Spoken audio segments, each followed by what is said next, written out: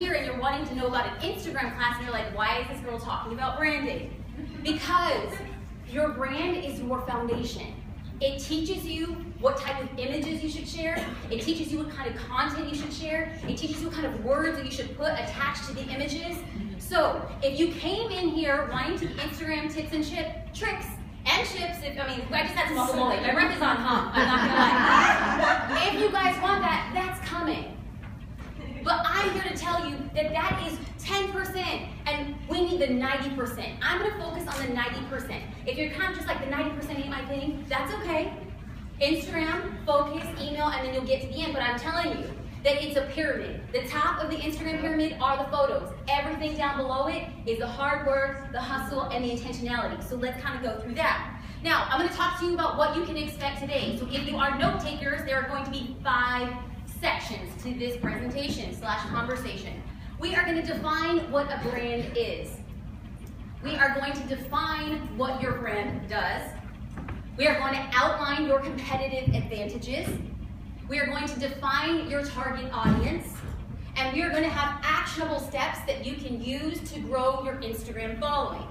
Now, I'm going to talk to you about a definition of a brand so we can get all on the same page. This definition is from Seth Godin. And Seth Godin is my friend in my mind. I'm just saying, if I saw Seth, I would give him a hug, I'd buy him a margarita, be like, we homies, you just don't know it yet. So Seth says a brand. A brand is a set of expectations, memories, stories, and relationships that, taken together, account for consumers' decision to choose one service over another. This is a brand that your experience, your memories, stories make you choose Starbucks over Coffee Bean and Tea, Nike over Reebok, McDonald's over Burger King. That's our idea of a brand. Now, if we were to take Seth's definition and boil it down to one word, I would say that one word is experience. An experience is a brand. And people are having an experience with your Instagram feed every time you post. So let's start being cognizant about why somebody's going to choose to follow you, why they're going to choose to like an image, and why they're going to choose to leave a comment. So keep that in the back of your mind. What kind of experiences are you putting out? Now, I want to take a few seconds to talk about what is not a brand. A brand is not your business cards. It is not your Facebook page. It is not your website. I don't care if you have the nicest business cards that are letterpressed and gold on the side, that's still not your brand. Those things help a brand, but they themselves are not the brand. All of those things work together, but if we're talking about a brand is an experience. So let's kind of peel that back and reframe. I also want to say, coming to events like this, when I first got into the business, I was so hungry to get out and meet people. I would pass out my business card and I would be embarrassed. And somebody would say, oh, well, what's your website? Or how do I follow you on social media? And I was like, oh, well, it's a work in progress. But this is what I knew. I was dedicated to creating experiences. So if you are at this event and you think my shoes ain't as great as hers, my card's not as good as hers, my Facebook follow, my Twitter follow, my Instagram follow is not as big as hers, but you're dedicated to creating experiences for those who follow you, I'm just gonna say amen. You are on the way to building your brand. I just amened myself. Is that a little egotistical? I mean, if y'all wanna like speed into that, you guys totally can. So, now what I want you to do is I'm going to ask you a question. What does your brand do? Remember, we're working our way up the pyramid. What does it do? So, my dear friend she wanted to become a travel concierge. And so the first question that I asked her was not how big your social media following is or do you have a website. I asked her first and foremost, what does your brand do? Now, I asked her 3 questions to help us figure that out, and we're going to work through those 3 questions with you so that then you know how to answer this question. We're going to build this on in a linear way. So first things you want to ask yourself is, what problem do you solve? Now, I have spoken, I'm going to use 3 examples, to a travel agent, a fashion blogger, and a graphic designer. And we're going to work through all of these questions. So when I asked the travel agent, what problem do you solve? She said, I relieve stress of planning for busy travelers who desire luxury and authenticity. The fashion blogger, what problem does she solve? I teach women how to dress for their body shape. The graphic designer, What problem does she solve? I create cohesive and dynamic web presences for creatives. 3 different women solving 3 different problems. Then I ask them a second question. What do you help people achieve?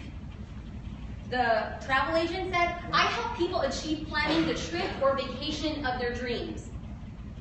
The fashion blogger, what does she help people achieve? I help women become confident in their day-to-day fashion choices. The graphic designer, I help creatives build their visual identity online. You following? We're going to build this up. Here we go. Question number 3. What fears do you diminish with what you do? The travel agent, my services diminish the fear of wasting time or money. The fashion blogger said that she diminishes fear by empowering women to be unafraid of their physique and dress with confidence. The graphic designer, I diminish fear of not knowing how to design a website or a blog. So 3 different women answering 3 different questions in 3 different ways. I wanted to give you a spectrum so somewhere along the line you will know how to define what your brand does. Now, as easy as these questions might seem, you're going to be tempted to say, I don't need to do this, but I'm here about work. I want you to walk out of this room not just having listened to a presentation, not engage in the conversation. I want you to say, I have work to do. On the 405 when I'm sitting in traffic, I'll be thinking about these questions. I gotta yes. We're gonna work your way up to amen, girl. I'll work you on up there. Okay, because I think it's important that you answer these questions because when you pick one of the 3 questions, what do you help people achieve? How do you help people? What problem do you solve? The fears you diminish? This is going to teach you how you talk and use the words you use on social media. So, if you help a person, your social media updates on Instagram should be helpful. If you're trying to teach somebody that you diminish a fear, your posts and your updates should be about safety. So once you choose what your brand does, now all of a sudden the way that you speak on Instagram starts honing in. And the people who aren't going to get on that train, that's okay. I'm going to choo-choo right by you, right? Because when you know what your brand does, you know how to create experiences around the images that you post. Now, my brand is to help creative entrepreneurs market and brand their business. So my social media updates, specifically on Instagram, I want to give little tidbits of advice. I want to inspire. I want to encourage. And ultimately, the more that I know how to engage with my audience, the better I know when it comes to actually asking them to do something, buy a product, like an image, follow, that they're going to follow through because they're a part and know what my brand does. Now I ask you, what do you do? Answer that question so that now you know every Instagram update, you're going to know what to do. Now, this is going to help you find your voice and target your ideal clients. Now, second portion. Defining your competitive advantage. Because we're going to be real. How many Instagram users are there? I venture to say a lot. Yes, you raise your hand. That's right, girl. You are, I'm sure. We're in this room because we probably are already using it and we want to get better at it. Okay, that's fine. But you are one of the millions of people who are on Instagram. And you are one of probably millions of people doing the thing that you do professionally. So what makes you different? What makes you different is your competitive advantage. Let's talk about how you can find that. In 2005, I married my best friend. He's my high school sweetheart.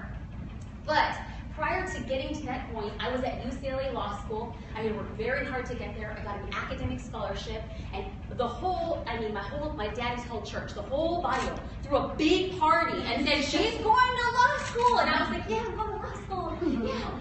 My first semester, I was so sick of it. I hated it. I was like, what am I doing here? I'm not supposed to be here, but I worked so hard and everybody at church threw me a party. I can't not go. And then my mom had a relapse of brain cancer my first year, and it rocked my world because I was already so unhappy in law school and getting this news. The doctors had said her battle was 6 years long, and they said her time has come. It's time to make funeral arrangements. And I couldn't get out of bed.